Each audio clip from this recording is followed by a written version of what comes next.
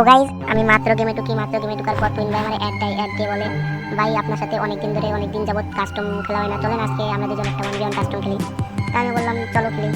তো আমাদের প্রথম রাউন্ড শুরু হয়ে গেছে, আর এতে যারা কিন্তু আমার একটু ড্যামেজ করে দিয়েছিল। ও ভাই ফাইনালি হেডশট। তো প্রথম রাউন্ডটা কিন্তু আমি হেডশট মেরে নিয়ে নিই। চলো দ্বিতীয় রাউন্ড দেখা যাক, হেডশট মেরে আরেকটা তৃতীয় রাউন্ড নিতে পারি নাকি। তো আমরা কিন্তু যাচ্ছি তুইন বাইরে জয় বাংলা করতে, দেখা যাক এবারে এইচবিডির একটা হেডশটকে ট্রাই করবো। চলো এম টানে না আল্লাহ সে এম টানে না মোটে লাগ ধরতে কি লাগে না, আর আমার মোবাইলে একটু ল্যাগ দিয়েছে ভাব। চলো আবারও ট্রাই করি। ও এই হেডশট খাইছে। চলো বাইকে হেডশট দিলাম রে,